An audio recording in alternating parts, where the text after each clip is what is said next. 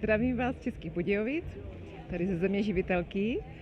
A chtěla bych vám představit naše stroje, které tady máme na výstavě. Tady je to C9 s dopravníkem, který samozřejmě je nerezový a je zalomený. Pak, co je zajímavé na tomhle voze, tak pojďte tady dozadu, pojďte dozadu.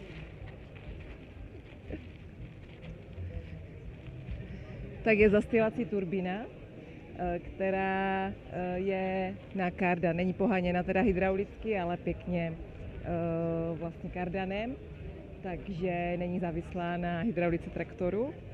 No a je to devítka prostě se šnekem z 8 noží pro zastýlání, krmení, ideální vůz, odolný, 8 plášť, 20 dno.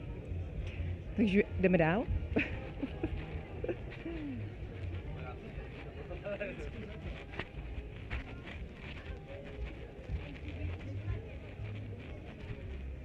Tak, tady máme pojízdnou nádrž na naftu, je 5kubíková s výdejním stojanem.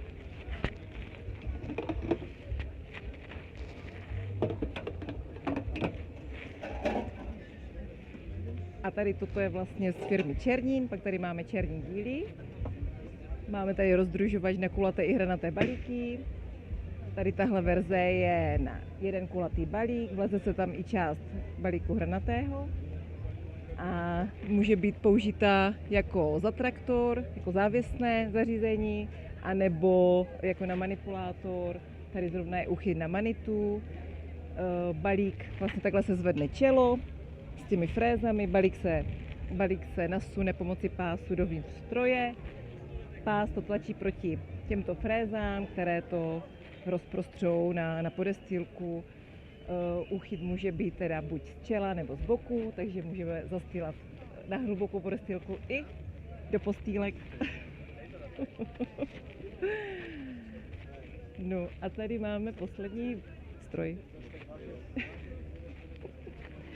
Je to lžíce, která je teda vhodná jako drtič na brambory a řepu, ale může se použít i pro separaci kompostu, takhle je i prodaná do vlastně husté polomy, kde řeší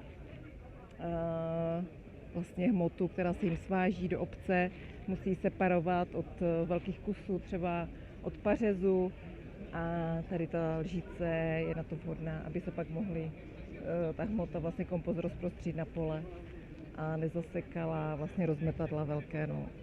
Takže to je asi všechno a přijďte za náma. Ještě jsme tady sobota, neděle, pondělí a úterý, 4 dny. Těšíme se na vás.